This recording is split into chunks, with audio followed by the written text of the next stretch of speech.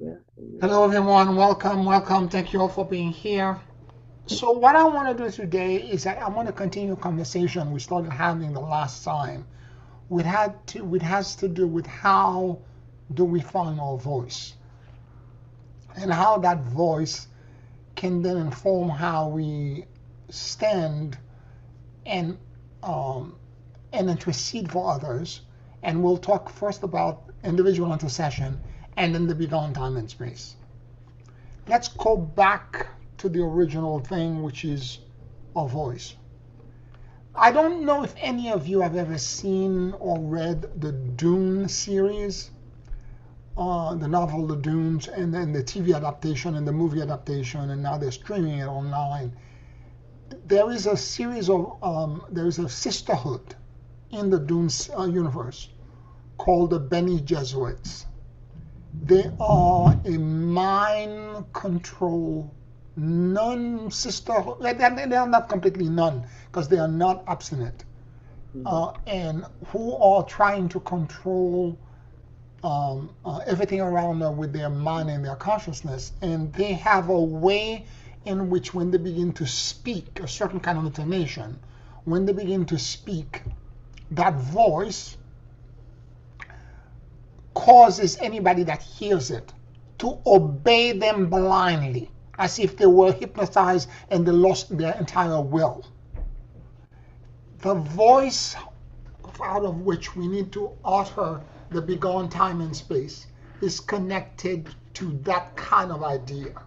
The concept that you have to have your individual way of vibrating.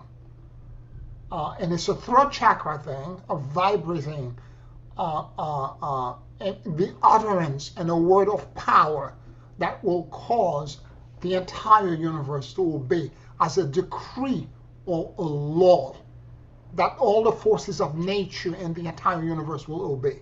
In fact, that voice and that utterance becomes a power to create, and it can create anything.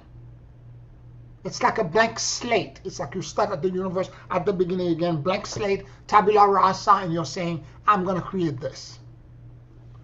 Now, I've spoken to you about this before. Let's go back to Bible. I'm going to go to multiple places to kind of support what I'm saying. In John, verse 1, chapter 1, in the beginning was the Word, and the Word was God. The utterance and the word that you speak has the power to actually create. And so that beginning of the chapter talks about the fact that the word was God. And that voice and how you express that word becomes the key to manifestation, to creation, and to everything. In the Kabbalah, the name of God, Yod, He, Vav, He, or 4 consonants. Now, 4 consonants together does not compose a word. The vowels that are in between them are hidden. And the high priest would spend an entire year in silence and in meditation to try to figure out what vowel to put between each consonant.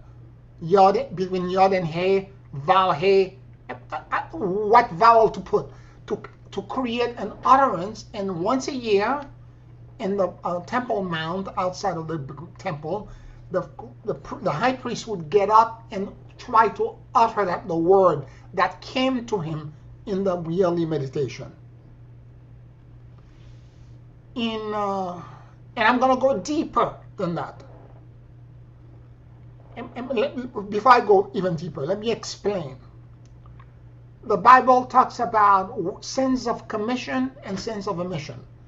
There are sins that you commit by speaking, and there are sins you commit by not speaking, which means that the voice, the throat chakra that permits us to speak, there are moments where we have to withhold our speech, and there are moments where we have to judiciously utter words and speak. And this is where wisdom resides. In other words, there is a reason why a lot of great mystics spends, even Master Jesus went for 40 days in the desert. A lot of the great Indian saints, the Amas, they all spend 10 years in silent meditation. The silent meditation, or when you go to a silent retreat, where you, for like 7 days, 9 days, you don't speak at all. You write note and you spend your time internally with your own thought and your own thinking, your own contemplation. You're building up the power and the ability to strengthen your throat chakra, to find your voice, so that when you speak from power. You speak from knowing the consequences, the effect and the affect that are related to your utterance. All of it together. Okay? Because your voice is the key.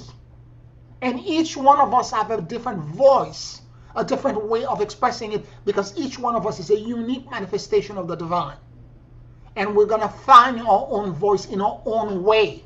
We're going to find our ability or utterance in a very different way than me, than you, than anybody else. And so we have to figure out what that voice is for us. And the only way you can find this is in silence. What's his name again? Don Miguel Ruiz, in his book, The Four Agreement. First agreement, have impeccable speech. In all tradition, it's the same. Have impeccables, in the shamanistic tradition, have impeccable speech. Which means what? Speak the truth. And if you don't have truth to say and you have something negative, keep it to yourself. Swallow the key and keep quiet and pay attention to what's happening internally inside of you to try to process, because your voice has power. And if you say the wrong thing and if you keep talking, you drain yourself out and the power dissipates and goes everywhere. It's important for us to understand this and to know that the power that we have has to be cultivated. And the way it's cultivated is by speaking the truth. Don't gossip. Don't say things that are untrue.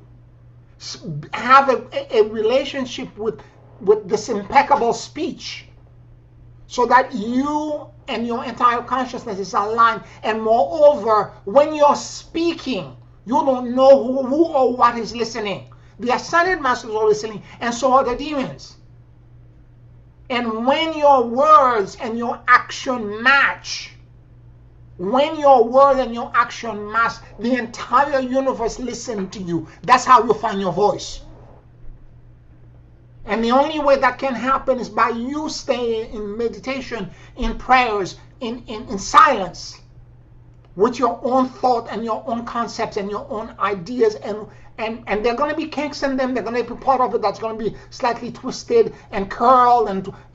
And all of it will unravel by staying silent and in silence and letting it work out internally. And then once all of that is softened and has completely worked out, then you can express it. And when you express it, the universe listens. When you say begone time and space, and you hold it and you project it outside, the whole universe will listen to you. Because you build it up. And you're not speaking triviality. You're not saying nonsense. You're not saying stupidity. You're not repeating what's happening in mass media, the gossip column, or what politically and socially, or for that matter, the lies that are being perpetuated online by AI. There's a lot of videos and things that are social, political, even otherwise created, that are complete what they call AI slop. They're all fake. None of them are truth. And if you repeat it, you're repeating untruth. And I'm going to say something here. AI has turned into the golden calf. In the Bible, the story of Moses going up in the Mount Sinai and getting the tablet from God. And then while he was there for 40 days and 40 nights, the Israelis at the bottom of the mountain felt that he was never going to come back. They created a golden calf and they started worshiping the golden calf. That's the biblical story.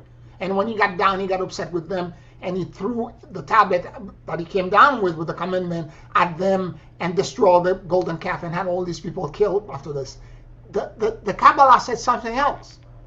The golden calf was not simply a golden statue. It was a method where the golden calf, any question you asked the golden calf, it gave you an answer back that sounded like something you wanted to hear. That's what AI is doing.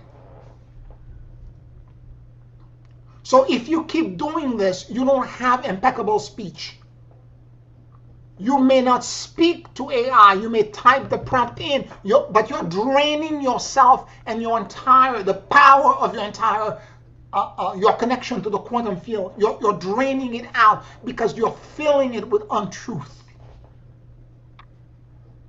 So the idea is to be truthful, to speak the truth, to be truthful to self, and to remain as much as possible in contemplation, in meditation, to allow whatever internal process to happen. In other words, don't act on impulse and do things so quickly and so abruptly from a knee-jerk emotional reaction that cause all kind of chaos to happen. Take time to ponder, to contemplate, to meditate before you take action and act from wisdom. And when you speak from that wisdom. It's important for us to understand this because we are not going to be able to connect with our voice if we don't practice this. Now, I'm asking you now to at least once a week attempt the Beyond Time and Space and say it out loud and project it out in the column out into the room, into the bedroom or the living room, wherever you're in your home. But it doesn't mean that you're going to manifest it on the first go. It's a matter of practice, that and externally, but it's also a matter of cultivating the restriction, the silence. This is what people don't understand a lot of time. When I was a sculptor major when I was in college, and one of the great classes that I used to have talked a lot about positive space and negative space. Let's say this is my finger, and this is I'm doing a clay representation of a finger, so of a hand. So my hand is here like this. Where my finger is, it's called a positive space. I'm creating a solid mass. But the in-between creates a negative space. It has a shape, it has a volume, and it is as important as the positive space. The same with your speech. There are words and there are moments where you're in silence.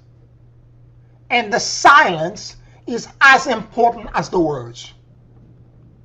Because they allow the command that you decree with your word time to disperse in space, to reach somebody else, and more importantly, to bring a carpet under them and take them into a world that you're trying to create.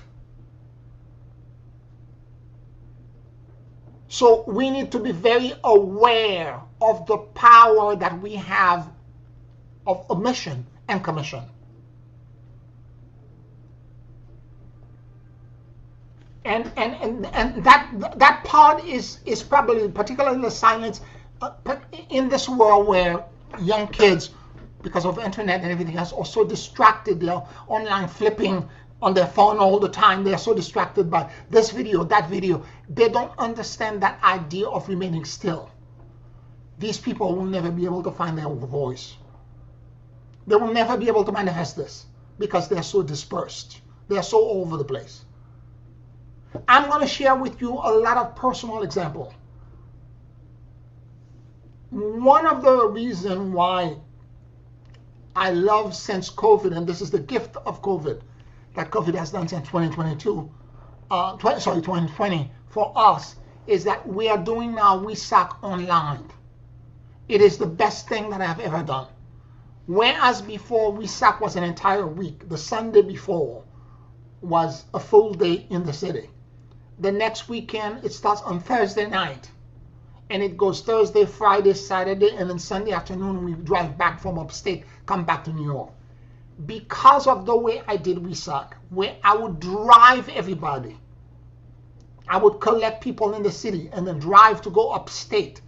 Then if somebody was coming by bus in town, because there is no car, most people in New York don't have a vehicle.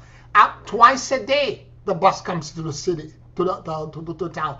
I would have to stop the WeSac, drive to town, 15 minutes each way, get the person, sometimes the bus is late, bring them back to the house, continue, and then rekindle the WeSac. And then find, in the meantime, I had to figure out the cooking. And then drive everybody back on the return. When WeSac ended, and of course because of this, people were talking to me all the time.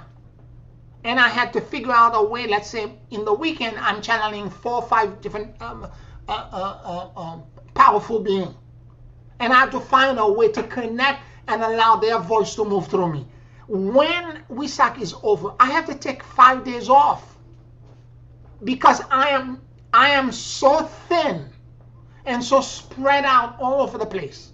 I feel like I am stretched from one end of the multiverse to the next. When I finally get to my apartment at 7 o'clock, 8 o'clock Sunday night, I am drained beyond drain. I feel literally that somebody unplugged me and I'm dying.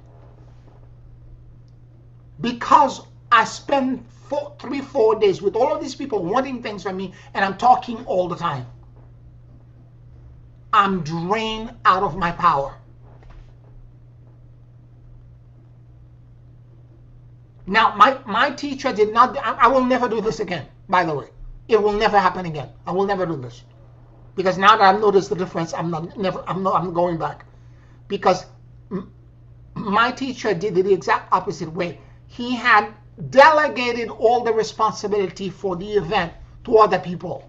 The problem with me is that I couldn't delegate it to anyone because a lot of people did not know what they were supposed to do. And he delegated the whole responsibility to everyone, and he shows up only to channel. After he channel, the program ended. He does his thing for an hour, 2 hours. When he's done, he walks away. He goes to a hotel somewhere else. He goes away. And that's the right way to do it. Because at least you save that energy and that power. Yes, WeSac this year was draining. It was the best WeSac we ever had, by the way. And WeSac this year was draining, but not like this. Not like this. Within 1 day, I was completely recovered. So, the word that you speak becomes a vehicle through which you create an exception to manifest God's will on earth. God knows there's enough chaos. Through the technique I've taught you with the torsion field, you now know how to reach and achieve a connection to the rest, the serenity, the peace of Melchizedek and of God. You have to find a way now to broadcast it, to express it to the world.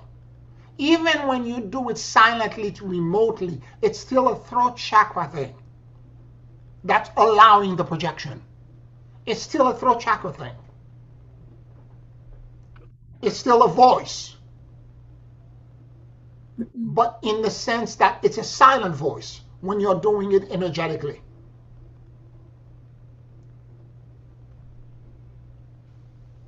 Let me just share with you one more thing.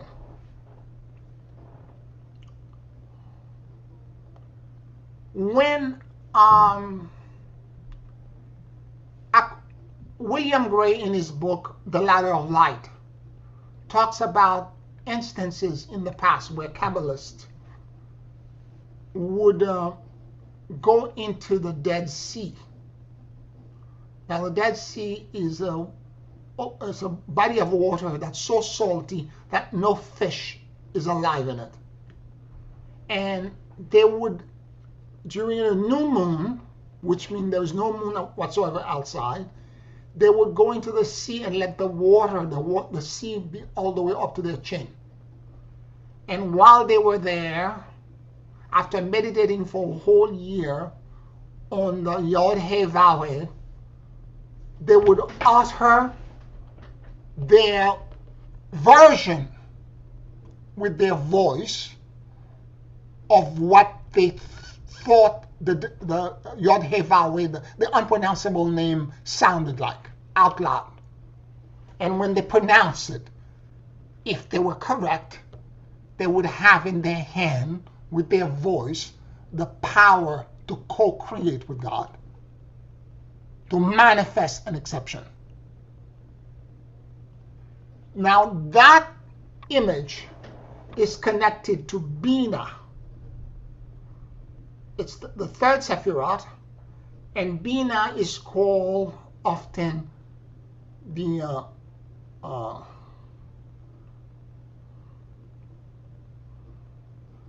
Dark Mother. That means that she is, in the Hindu philosophy, in the Hindu teaching, that's Lalita, which is the mother of gods. Lalita is the womb. And in that dark womb, you could create, you could manifest, and bring forth life, and bring forth any kind of laws of physics and nature that is very different than what's happening around the physical world as it exists nowadays. You can create an exception. Case in point, the passage of the Red Sea. Split the water in half and find safe passage. So there is a lot of information that's related to the speech and the utterance and finding the word of power, and how that throat chakra ability is able to allow you to find. And it's not screaming out loud, it's not yelling, nor is it whispering. It comes from knowing who you are. You are God, Goddess incarnate. You are not just a human being. You are an anchoring a point for the manifestation of the God force. You are literally a wave function claps for the God force to be manifested, and your utterance allows it to create the exception in the world.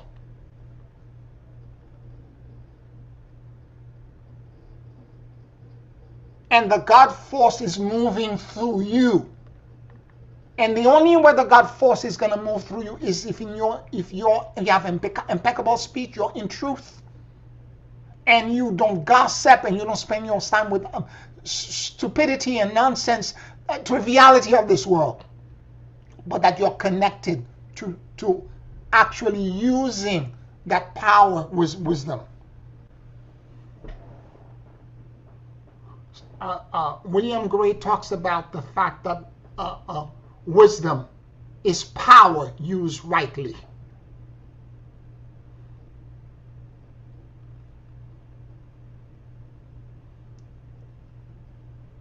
All the great mystics, all the great teachers, all of them have done the same thing. Before this, remember, before Jesus went into the whole crucifixion thing, he was in the Garden of Gethsemane, in meditation and prayer. He knew what was going to happen, and he had to get the power and the force to be able to withstand what was coming toward him.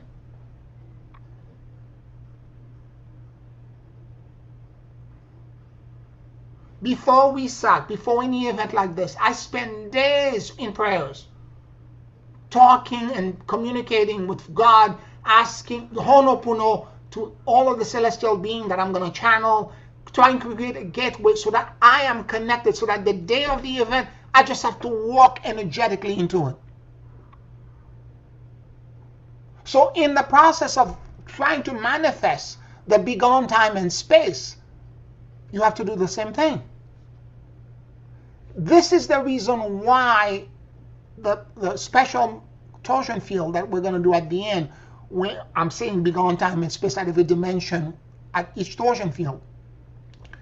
That version, I'm asking you not to utter the beyond time and space yet.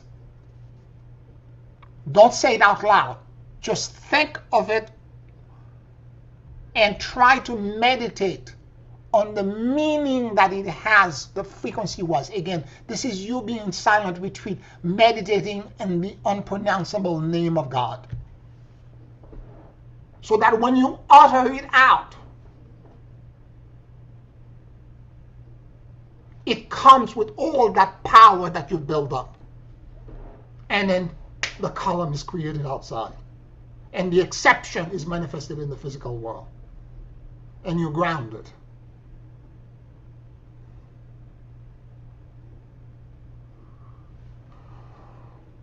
Any questions, any comments?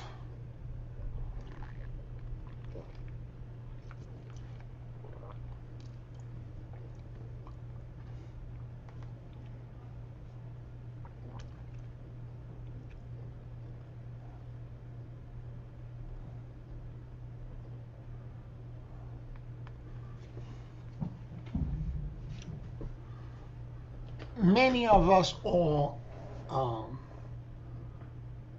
it requires some discipline, and many of you that have been with me for all this time, you have the discipline. It's a question of maybe using a different muscle, learning how to be more in silence than before, and building up toward this expression, the utterance, the positive space that is in the you know, any kind of object that you see. Like in a building, for example, you have the actual volume of the building, the column, but between the column and the canopy, there's an empty volume, and that empty volume is a space. But all of it composes the whole thing. When you don't speak, you speak. When you don't say anything, there are times when you don't say anything, you're more effective than if you utter anything out.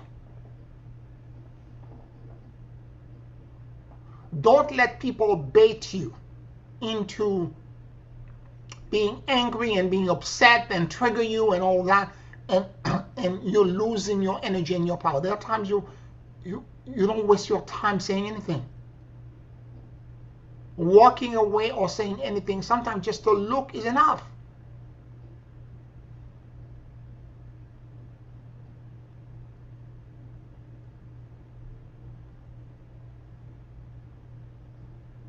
So when someone comes to you and try to entice you into having a conversation, there are lots of time, like, and there are moments in my life where I go more internal than others.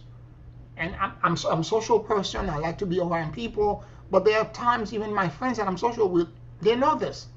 I go on the waterfront with my friend. There are times I go there and I say, I'm not talking today. And I spend a whole week, I need to be in meditation. I'm trying to figure something out. And they know this, they walk away, they leave me alone. There are other times where, yes, I'm social, I want to have a conversation, tell me about yourself, let's talk, And because of this, a lot of time, when people say things to me, because part of this as well connects to listening. Because when you're silent, you hear more. The silence becomes now power. Because now it activates your hearing. and you can hear more, you can understand more. And you're able to view, because you're listening better. I mean, I've shared this with you before. The real power that I have, my real gift is that I listen better than most. And when I'm silent and I'm listening with my entire consciousness, as if the more than 50 trillion cells in my body were all made of ears. And as I listen like this, the universe informs me. Everything around me informs me. And when I try to communicate after the period of listening in that manner, what is it that I have concluded from an extended period of listening like this? It becomes power when I utter it out. It becomes power.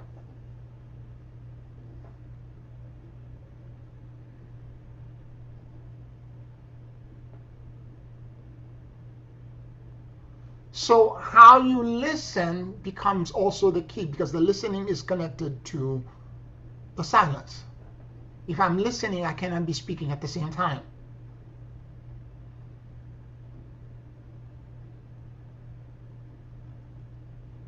So information will come in, and I'm listening, I'm paying attention, and sometimes I'm listening for days because I can't figure the whole thing out all at once, because what's being told to me is so out of the box and so different than anything else that I could have ever conceived, that I am having difficulty processing it. I've shared this with you before, that a lot of time, particularly with events, future events that are going to happen, I have cognitive dissonance first before I can perceive the event, which means that energetically I can feel a shift or something occurring, but my consciousness, my intellectual processing center, my frontal lobe, is not prepared to know what I'm sensing. And I sometimes spend days, even months, processing whatever that information is, to translate it in a way that I can understand. I can feel something, and it's typically something very big and very different than what I thought I could have ever understand, and so different and so big that I don't have a way to qualify it. And that's the thing that happened when something emerged from God like this. You don't have a way to describe it. And eventually, it pops out. And I find a keyword or phrase, and that keyword and phrase is not the complete McCoy, but it's a code that if anyone hears it, it will expand for them and take them into the same energetic expansion that I'm getting. I'm going to explain. I shared with you a long time ago that when I was working on the cultivation of the 12 higher virtues, and it's a specific spiritual practice where on a daily basis I would call the 12 higher virtues: love, peace, harmony, and there was a part that was gratitude. And every time I called a virtue, I would ask my God self, if I was peaceful, what would I feel? What would I know? What would I understand in my body? If I were loving, what would I feel? What would I know? And I would wait afterward to see what God would inform me to help me remember. Because at some point we were all in that state, but we all have forgotten. So it's a way to try to remember. And whenever I got to gratitude, I would feel something big on that side. I mean, something immense. It felt like a giant column of something on that side. I kept on feeling it. I'm like, something is there, but I can't. To say that I had a feeling is a lie, because there was a feeling, but the feeling was so overwhelming I couldn't comprehend it. And one day, this went for almost 2.5 months, one day, I finally said to myself, okay, sit quietly. What am I feeling? What is that feeling? What am I sensing? Something is there. And I stayed very quiet, and I was in, like, surrendered and listening mode. And suddenly, I heard a word. It was reverence. Kind of like a dog that tilted his head. I was like, huh? Reverence? I'm in gratitude. What does reverence have to do with gratitude? I don't get it. I replied to my own self.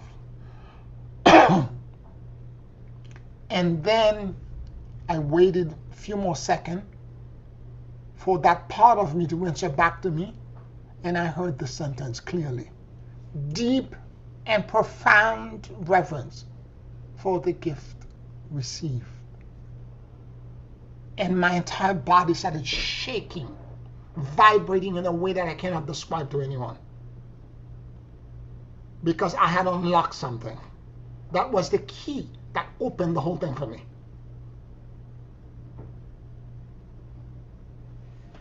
I have to tell you, there were 5 other virtues that were after, because we had listed all of them.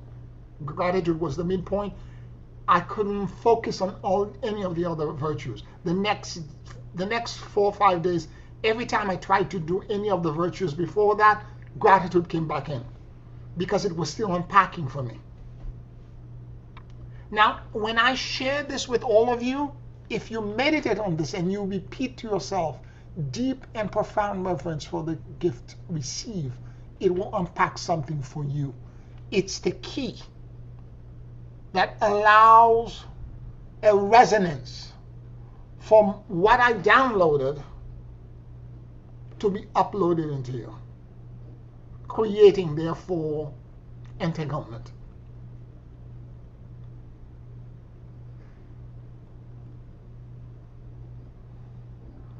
So what you're going to be doing with the Beyond Time and Space is something similar.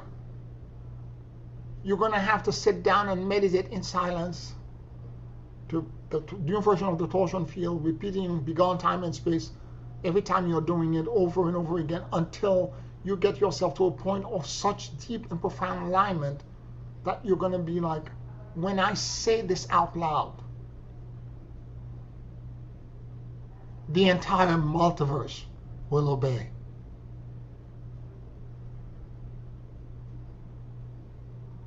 Because it's a decree. And that exception will, wherever I see it being projected, beyond time and space, and I project it outside, and I visually sense it moving. When I say space, it moves from where my column, my alignment with the rod of Melchizedek, and me being a grounding rod for the rod of Melchizedek, to shift from me and go in the center of the living room or the center of the bedroom, wherever I am, or somewhere to the left or somewhere to the right. I don't know when you do it, you don't know exactly where it's going. You have to find it the same way when we're doing intercession with the may the peace and the serenity that I know pass on to you energetically, wherever you feel the person you're trying to send the healing to, wherever they are, wherever you sense them in the field. So when you say the beyond time and space, and you know you're projecting it outside into space, look around in the room. You will find where it is energetically. Instead of having your eyes closed, you will find it. And wherever it is, hold your hand outstretched toward it, and know that it is there. The entire rod of Melchizedek is there.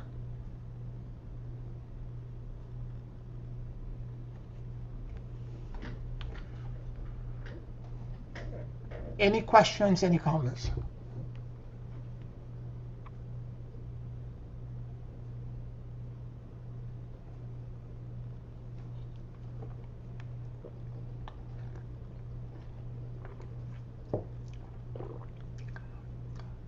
I want to tie this up to a previous practice that we've done before.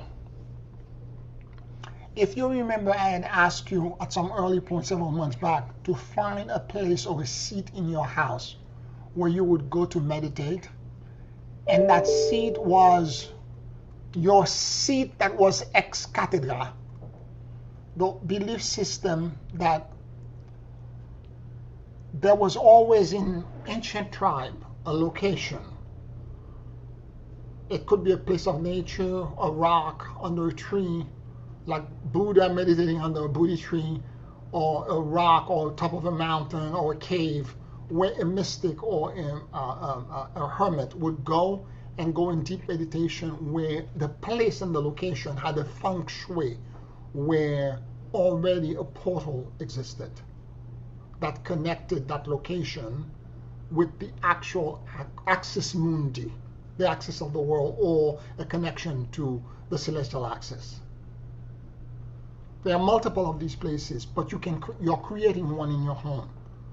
The place you go to, because if you go all around your apartment, depending on the feng shui, and you put your chair and your seat everywhere, there's going to be a place that the moment you step in, you sit in, you're going to feel immediately that there is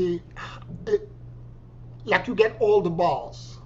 There's a higher connection. Instead of, you know, how sometimes you hold your phone at a certain location and there's no bulb, and when you go by a window somewhere, all the balls are there. Similarly, that there will be a place where everything is aligned. Now, that seat in ancient time was a place where they would eventually create a throne for the chieftain or the leader or the priest to go and sit down, and every time they would go there, they would no longer be human, but they would be connected ex cathedra to God and the God force. Now, connection to that God force is being created with the torsion field. So once you find the physical location in your home, you're doing your meditation, you're going to that same place over and over again, it's going to create a portal in your home. Because the rest, the peace, the serenity, the neutrality, the liberation that you know is going to be generated from that point out into your entire home and your entire neighborhood and your entire, you know, quarter and your entire country, and just keep expanding out, right? And I had shared with you before that that seat is mobile. By the way, it's the reason why in kingdom in Europe, when the king, the queen sits in the chair, they refer to themselves as we, because they are ex cathedra. It's them and their connection to God. The Pope refers to himself the same way. The leader, patriarch of many churches use the same kind of language. When they speak from that point of view, they are infallible because it's them and God speaking together. Therefore, it's we. In modern monarchy, it's the throne and I. We, the throne and I. In ancient time, it was God and I. Because I'm ex cathedra. It's like I'm channeling God every time I step into the seat. And the reason I'm saying this is because the seat is mobile. After a while, when you begin, after you do your torsion field, if you go outside your home, you walk outside your door, you go down the block, you can feel the column moving with you. So you're still ex cathedra. You're still we. When you say begone time and space, and you actually project out the torsion field, and the torsion field go into a space, whether the space is internal or external, it could be over a home, over a group of people. When you project it out, the entire seat now has been projected, the portal has been projected over everyone, or the entire geographical area where you're projecting it. And more importantly, the peace, the serenity, and the rest that you know is automatically, without you putting any command in, like peace to the world or anything, or finding safe passage, or you shall not pass, or whatever it is that you want to put, without doing anything. The moment you project it, because that's your default state. The column is neutrality. It's peace. Remember who you are. You are Melchizedek, and Melchizedek is the king of righteousness. And Melchizedek is the king of Salem. Salem is peace. You are the king of peace, the queen of peace. So when you project it, you don't need to say anything else, just projecting it and seeing the guardian come in and supported it by creating the torsion field around it. That's enough to, over the volume, the geographical area where it's covered, to create peace and neutrality over everything, every atom, every cell, every molecule, every quantum particle in that entire section is brought into neutrality, peace, and liberation. And sometimes that's all we need to do to help and train and actually intercede and support positive changes in the world.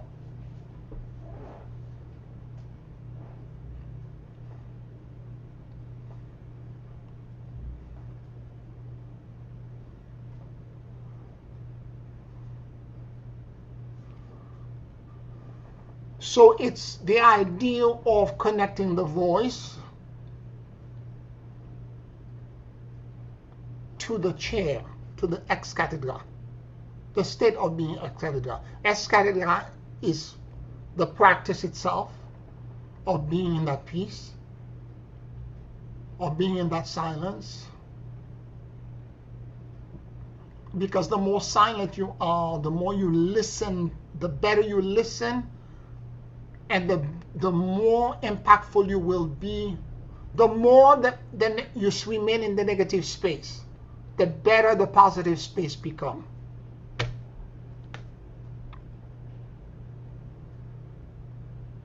You can't separate one from the other.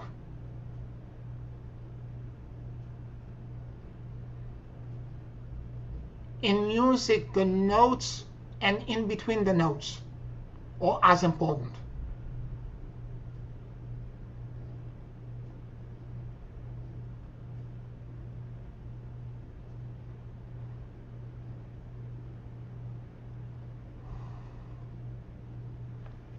Any questions, any comments?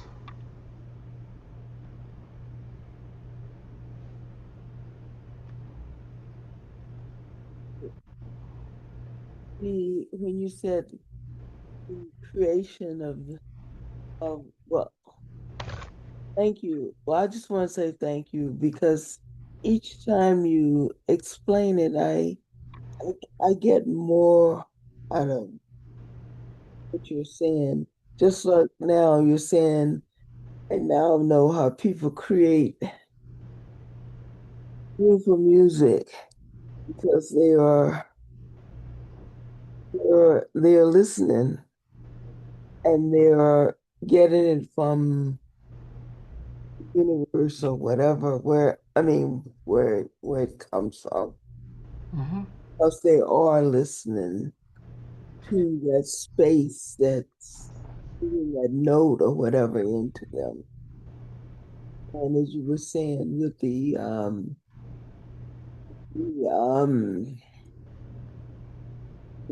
the the chair or the space itself, if you are your intention in it and how see the world and feel the world and all of that, to bring that um your voice and your intention Mm-hmm. to create whatever the an exception for God in the space. Uh, but I just want to say thank you because each time you explain it, I do get more clarity. You're welcome, Bobby. And what I'm going to pick up on what you just said. Um, when a node is stricken, it dissipates into space and it eventually fades out. So there is a time, there's a kind of negative space where it's going to die out completely.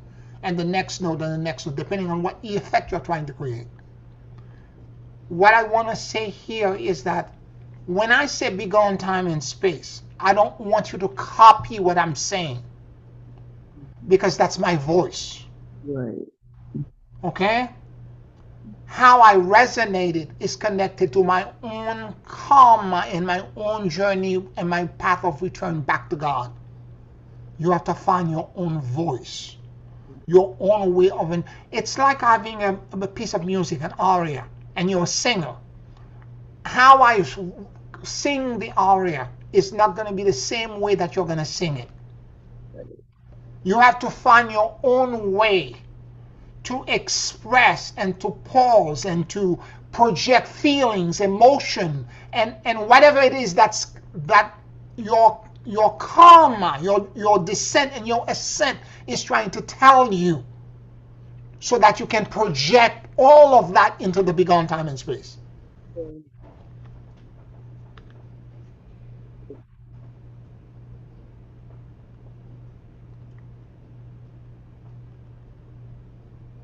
That's why I keep saying that you have to find your own voice. It's not mirroring what I'm saying. It's the same words, but it's your own interpretation and your own connection to that power. What does it mean to you? And how do you express it and share it with the rest of the world?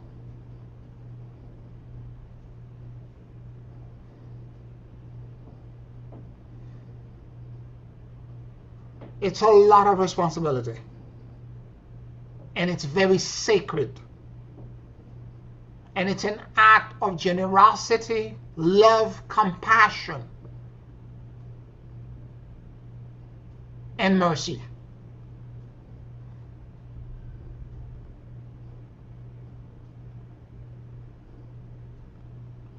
You're not doing this to take anybody's karma. You're doing this simply to momentarily shift other people into the rest of God that you know, the neutrality that you know, the liberation that you know.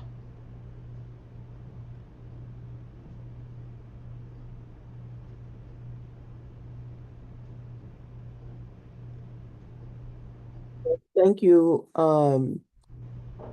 I feel I'm so blessed to have you as a teacher and how you explain it so well and and to give me the confidence to do what I need to do.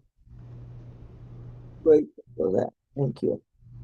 I love what you said about confidence, because ultimately what's going to happen is that your identity has to change. You have to start seeing yourself as weak, as being feeble and human and frail. And you have to know who you really are. And the voice will be able to manifest.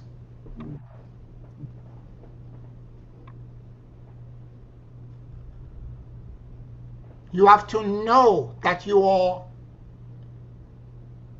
a grounding point for the entire God force to manifest. And by these simple words, the God force will create an exception. And let it rip out.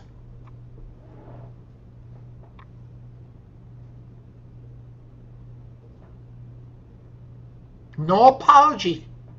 No making yourself small so that other people can feel comfortable. As of right, manifest it.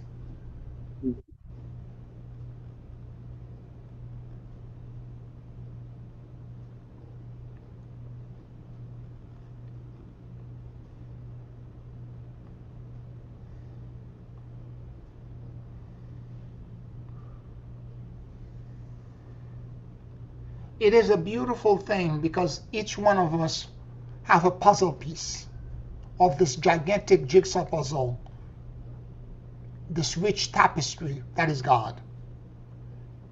And each one of us have a different way of expressing that phrase. Each one of us will have a different way of expressing that voice.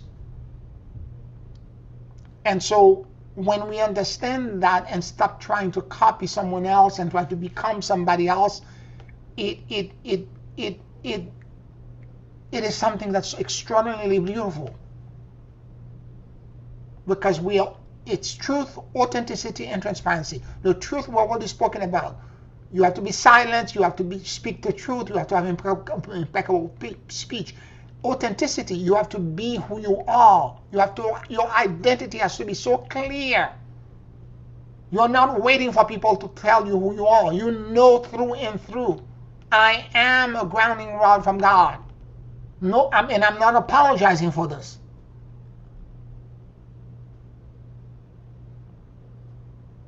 And because of all of these things, I have nothing to hide.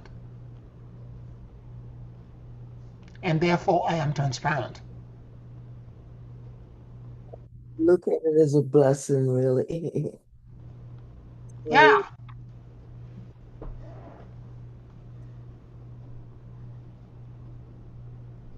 And when you can release all of that into the world, the voice, and no one will be able to do it like you. No one. Because you're a unique manifestation of God.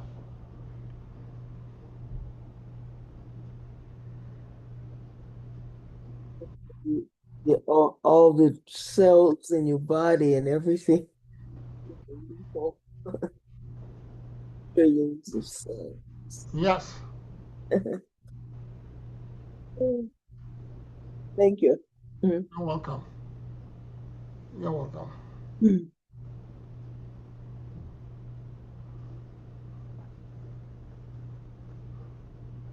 Now, let me remind you of some of the steps that when you're manifesting the big on time and space. Once a week now, I want you to try it into your home. Express it outwardly. Okay? Uh, you could be doing the 12 breath first, the 12 universal breath, or you could have done the torsion field first. You have to make sure that you're aligned, you're in the rest, the peace, and the neutrality of God. Once you're in that space and you can feel the alignment is in you, and you've, over the period of a week, I've meditating on what that voice means to you in terms of your identity. Because the more you know that you are a proxy for God, the more you're aware that's who you are, the easier it will be to utter this out.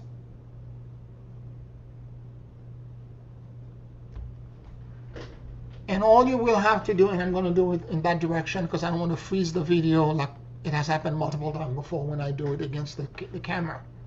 Uh, uh, you're going to say, be gone, time, and when you say space and you project your hand out like this and you hold it, you're going to feel a shift like you did when we were doing the connection to project out, may the peace and the serenity that I know pass on to you.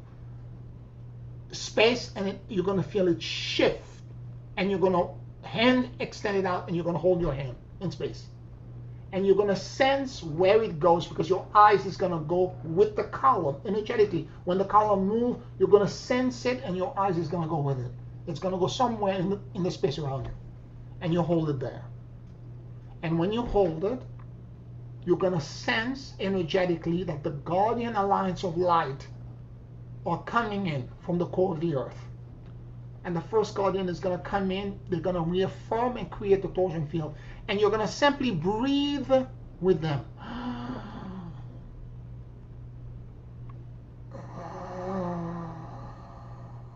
Exhale at the top of your head, and then pause, and then Count, rotating clockwise, moving through the bottom of your feet, going to the core of the earth. Exhale. And then again. And this will happen until 12 breath and the 12 torsion field have internested each other. Once that is done, the peace, the serenity, the neutrality that you know is now outside into the volume where it is projected. If you're practicing in your apartment and you're doing it, what's going to happen over time is that you're going to create a portal in your home, a celestial portal that will connect all dimension of time and space directly and vertically align to the throne room of God, from the core of the earth into the throne room of God. Given what's going on right now with the planet, more and more of that needs to happen in the world to broadcast the neutrality, the peace, and the liberation away from the chaos that is deliberately being fabricated to try to distract us from the great shift that's about to happen.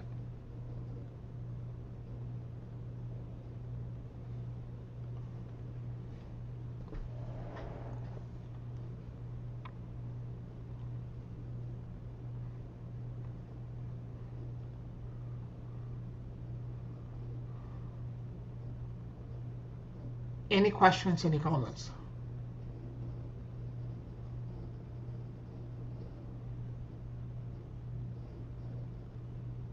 Now you're going to witness this torsion field. You're not going to create it. It's going to shift outside, and energetically in your mind's eye, you're going to sense where it is in the middle of the space, or to the left or the right, doesn't matter.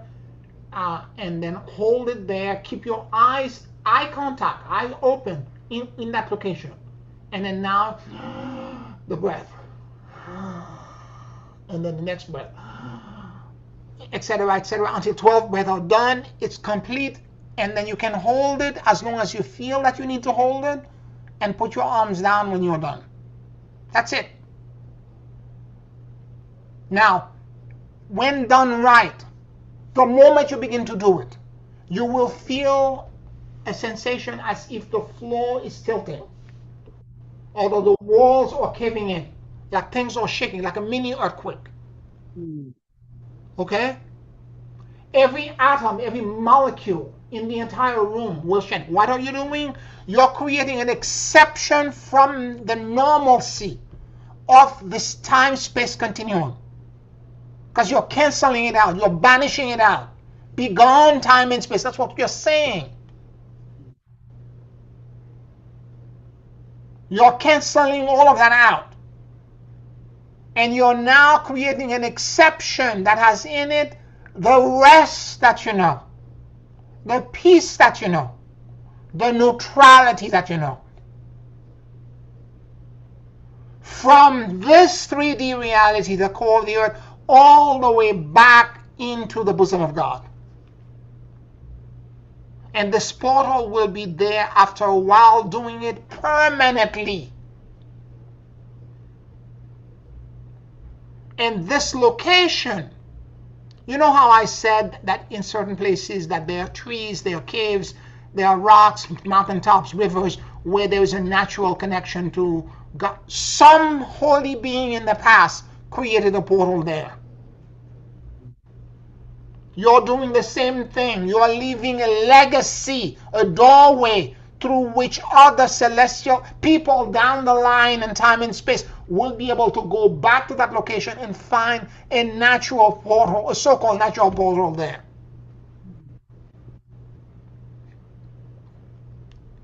You're leaving your footprint of light, of neutrality in the sand.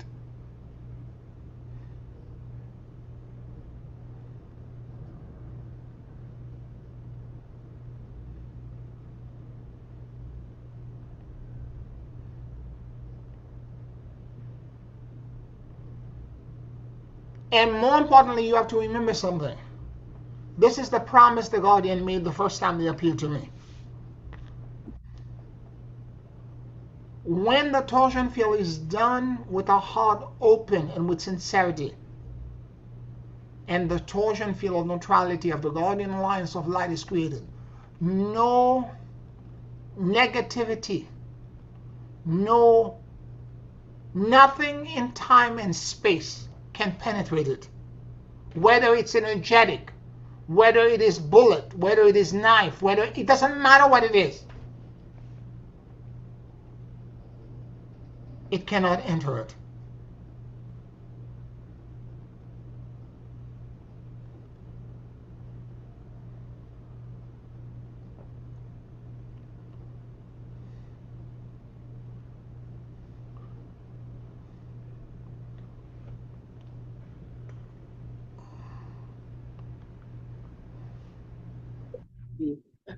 Thanks. You're welcome.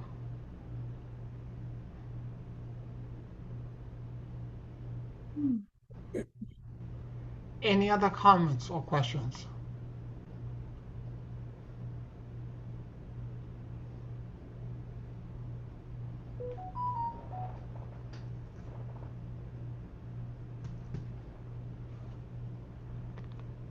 Let us take a 5-minute break and then we'll do our closing meditation. 5 minutes.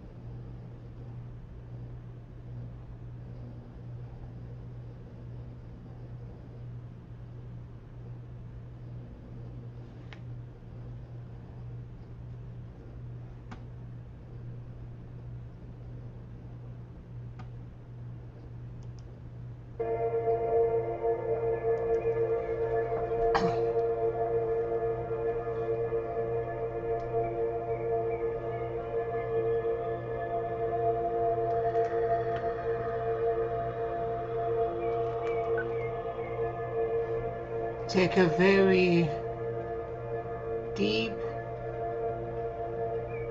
and slow breath.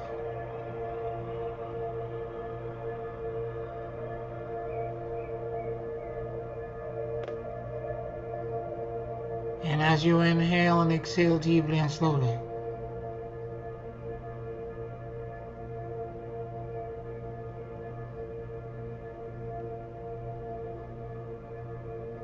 allow the universal life force that permeates everything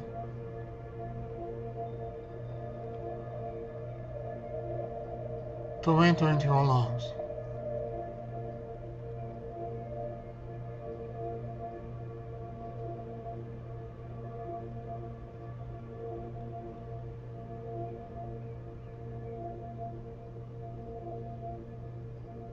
Keep breathing deeply and slowly.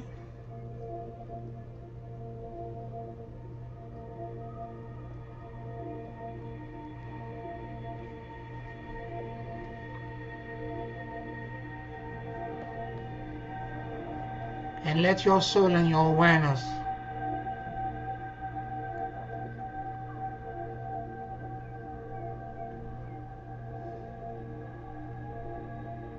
in the middle of your heart.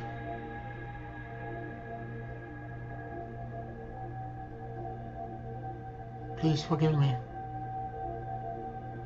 I love you. And I let go. Please forgive me. I love you. And I let go.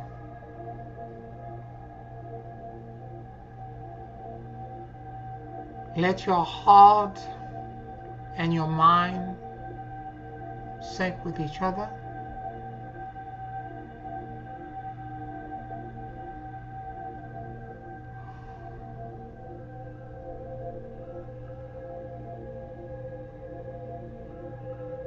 And notice what you noticed.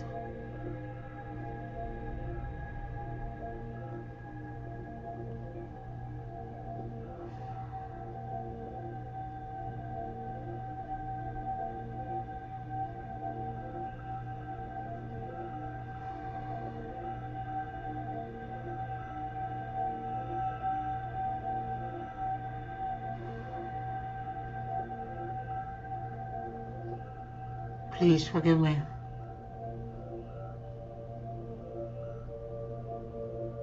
I love you. And I let go.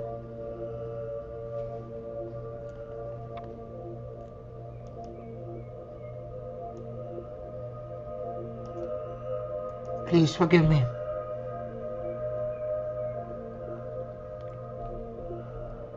I love you. And I let go.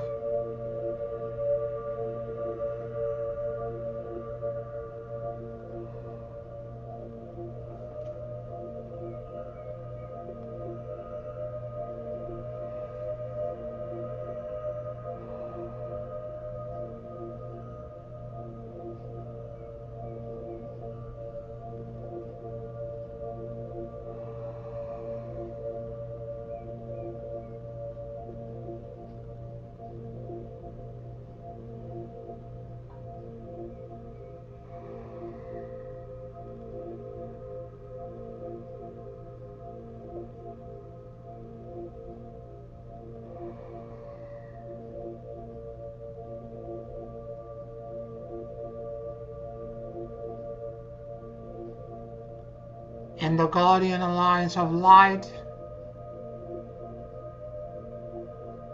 approach you, offering to gift you their shields of light and protection and a band of neutrality.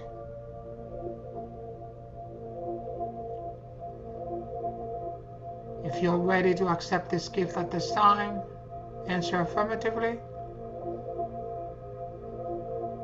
and let the energy of the first guardian begin in the core of the earth, counter-rotating, passing through the bottom of your feet, moving through your core, exiting outside of your head, and going into the top of the fourth-dimensional body while creating all around you a Gaussian field of neutrality.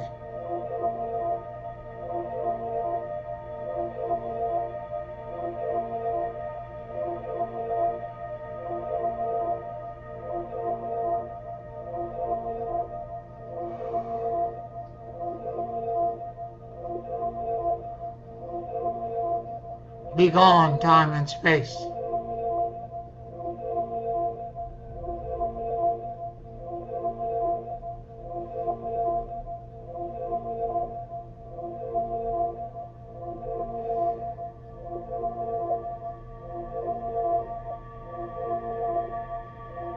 The axis at the top of my head extends, and it attracts now the energy of the fifth guardian, a second guardian coming in from the source, rotating clockwise, dropping into the top of the fifth dimensional body, passing into the top of my head, moving through my core, exiting at the bottom of my feet into the core of the earth, and creating all around me a torsion field of neutrality.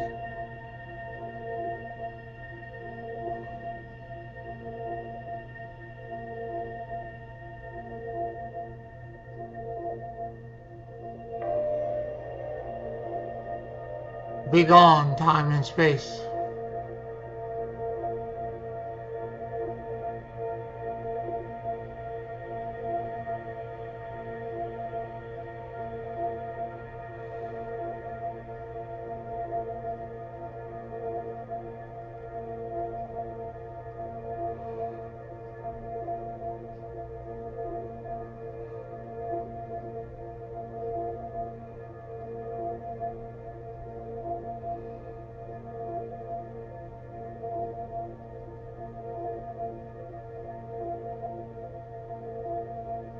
The axis at the bottom of my feet extends and it attracts now the energy of the third guardian, coming in from the core of the earth, rotating clockwise, passing through the bottom of my feet, moving through my core, exiting outside of my head, and going into the top of the six-dimensional body, while creating all around me a torsion field of neutrality.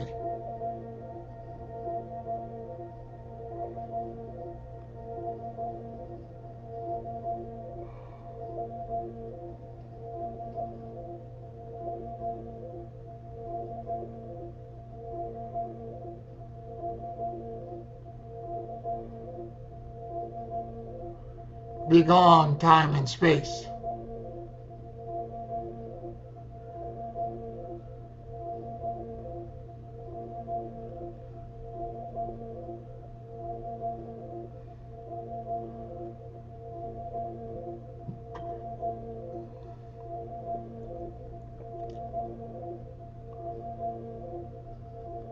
The axis at the top of my head extends and it attracts now the energy of the fourth guardian, coming in from source while rotating clockwise, passing into the top of the seventh dimensional body, moving through the bottom to the top of my head,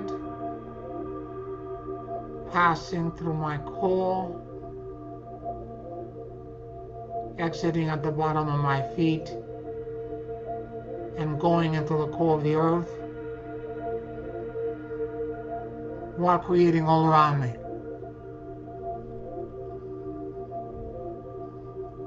a torsion field of neutrality.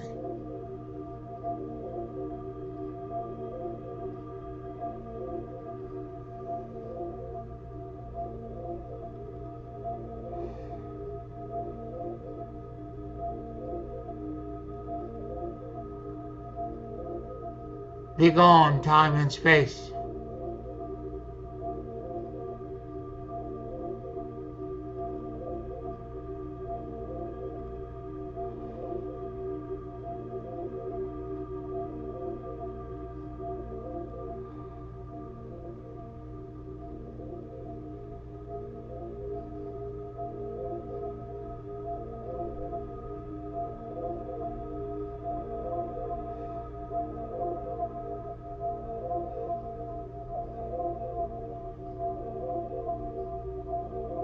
The axis at the bottom of my feet extends and it attracts now the energy of the fifth guardian, coming in from the core of the earth, counter-rotating,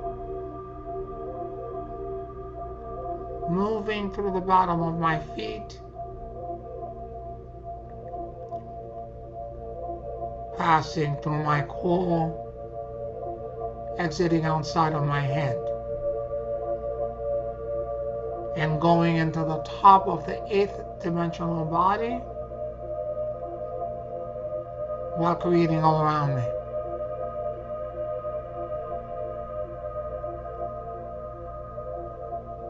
A torsion field of neutrality.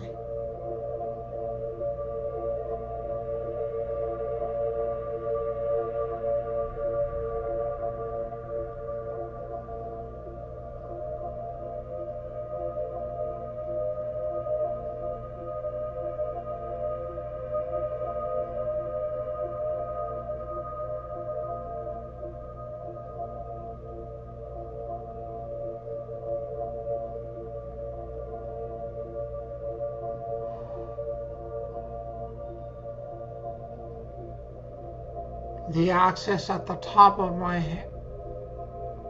Be gone, time and space.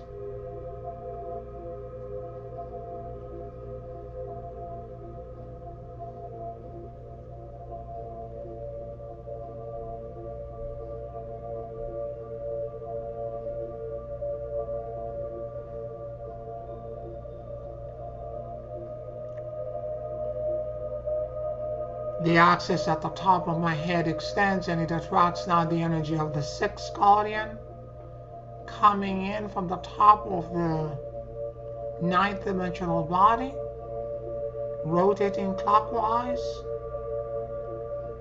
cascading down, passing through the top of my head,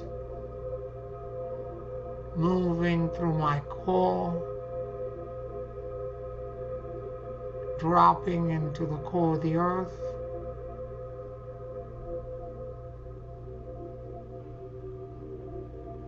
while creating all around me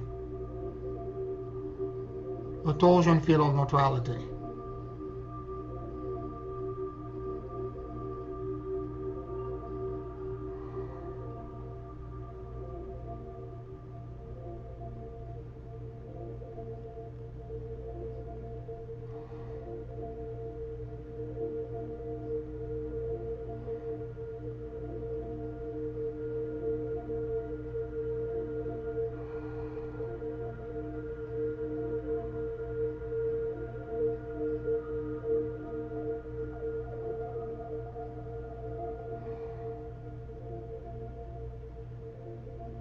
Be gone, time and space.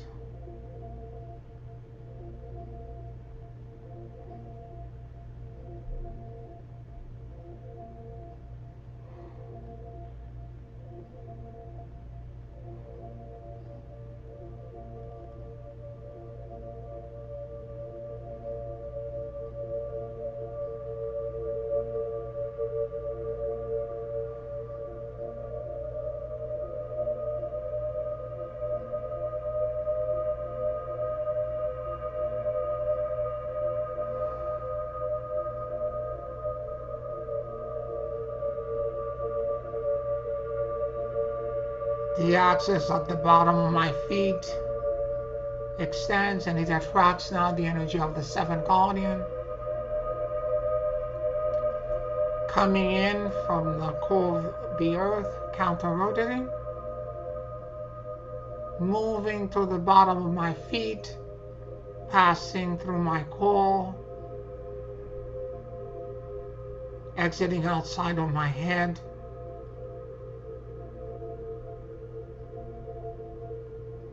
and going into the top of the 10th dimensional body while creating all around me a torsion field of neutrality.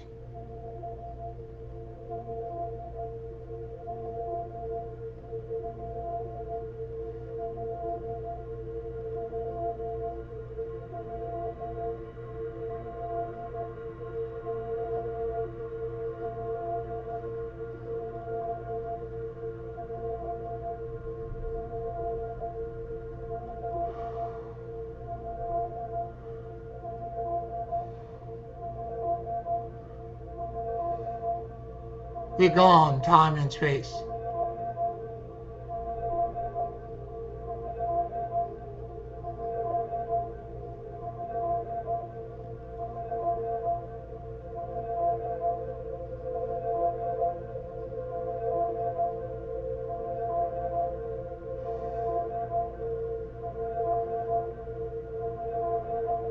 The axis at the top of my head extends and it attracts now the energy of the eighth guardian, coming in from source while rotating clockwise, passing through the top of the 11th dimensional body, moving through the top of my head, passing through my core, dropping at the bottom of my feet, and going into the core of the earth while creating all around me. A total feel of neutrality.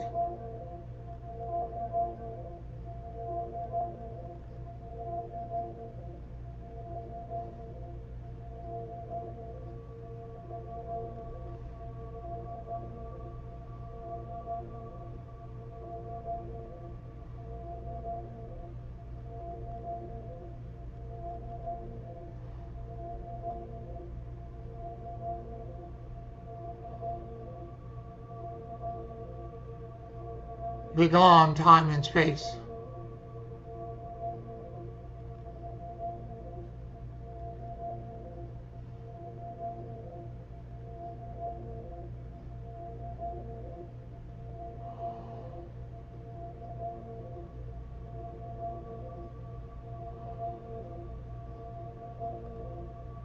The axis at the bottom of my feet extends and it attracts now the energy of the ninth guardian, coming in from the core of the earth, rotating counterclockwise, moving through the bottom of my feet, passing through my core, exiting outside of my head, and going into the top of the 12th dimensional body while creating all around me. A total feel of neutrality.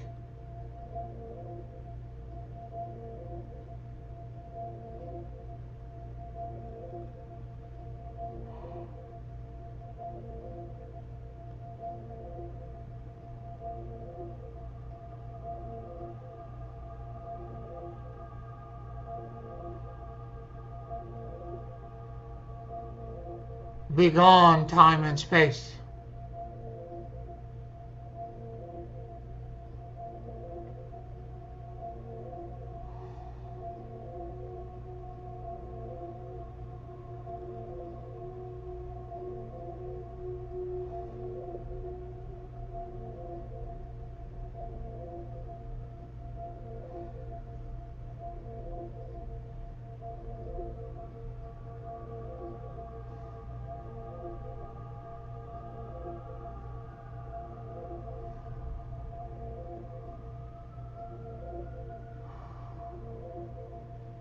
The axis at the top of my head extends and it attracts now the energy of the 10th guardian, coming in from source, rotating clockwise, dropping into the top of the 13th dimensional body,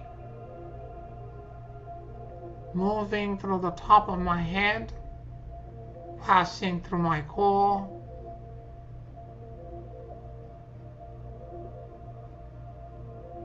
exiting at the bottom of my feet and going into the core of the earth.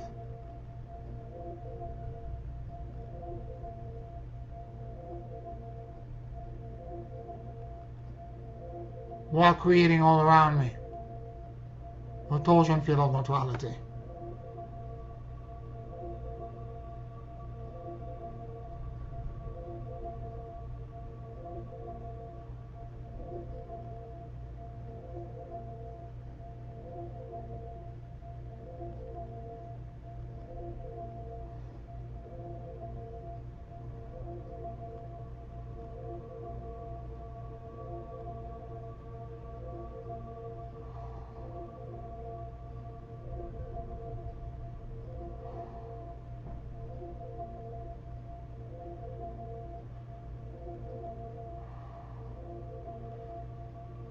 Begone time and space.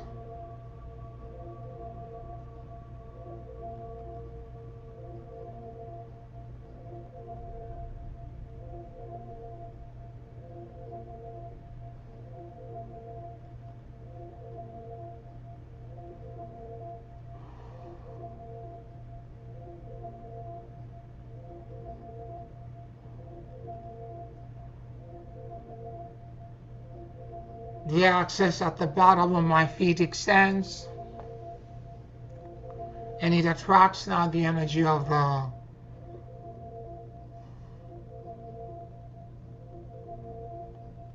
11th guardian, coming in from the core of the earth, counter-rotating, moving through the bottom of my feet, passing through my core, exiting outside of my head, and going into the top of the 14th dimensional body while creating all around me. With torsion field of neutrality.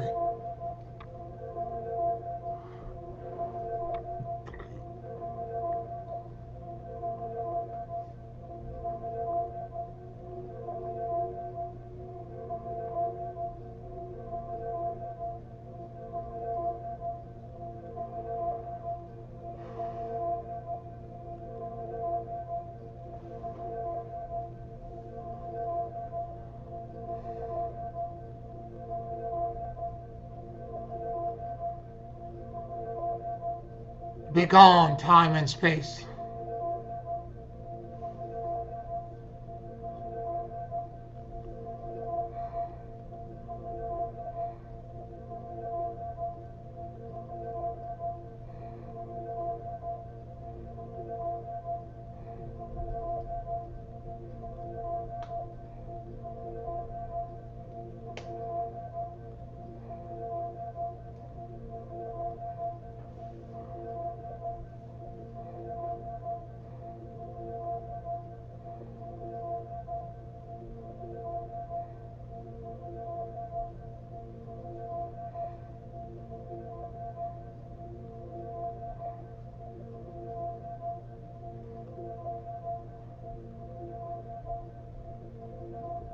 The axis at the top of my head extends, and it attracts now the energy of the 12th guardian, coming in from source while rotating clockwise, dropping into the top of the 15th dimensional body, traveling down to the top of my head, moving through my core, exiting at the bottom of my feet, and going into the core of the earth while creating all around me. A torsion field of neutrality.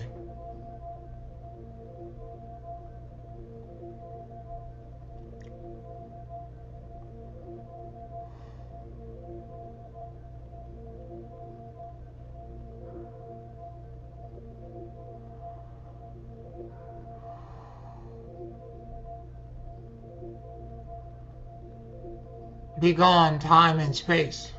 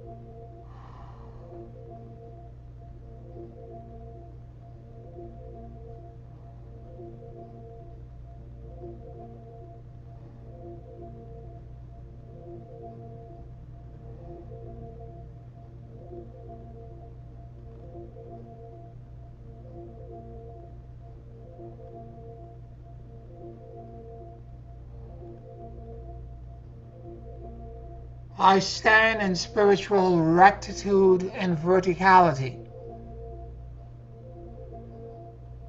aligned to this truth. The rod of God and I are one.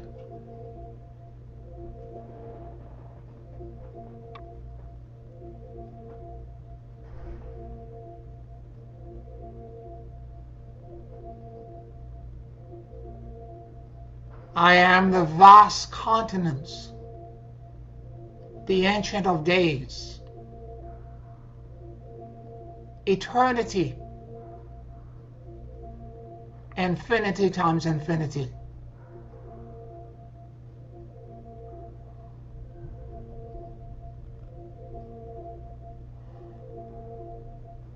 I am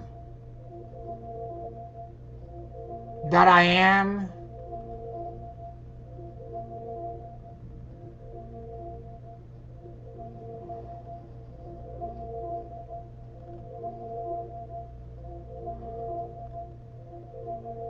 and I am forever.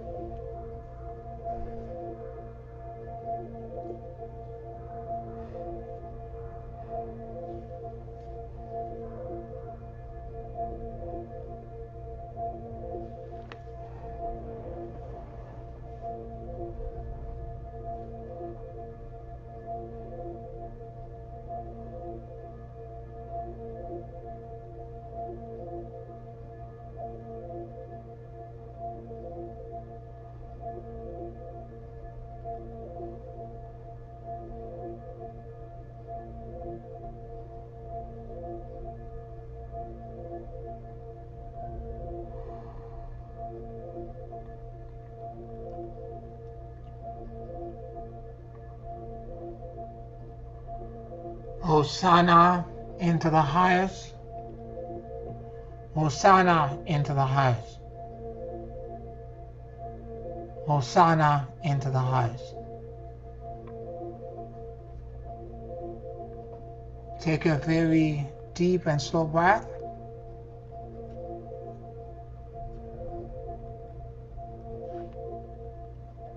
And whenever you feel ready,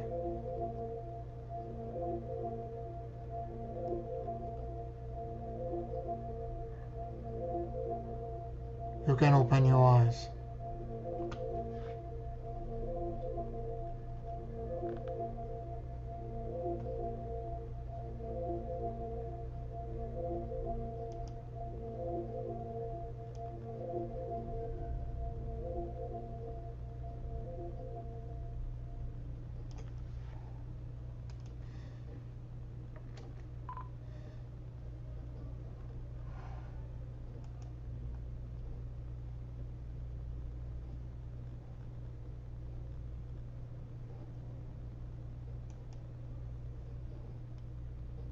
Thank you, Pierre. I would be so grateful if you could send me a recording of Sure. tonight. I just wasn't able to really focus and Yes, yes, concentrate yes. very well, but thank you. Thank you. You're welcome. You're welcome. I want to thank all of you for listening tonight and for holding space with me in this incredible shift that we're living through and the beauty of what the what we're being led into. And I look forward to talking to you next week. Blessings, everyone. Good night. Good night, everyone.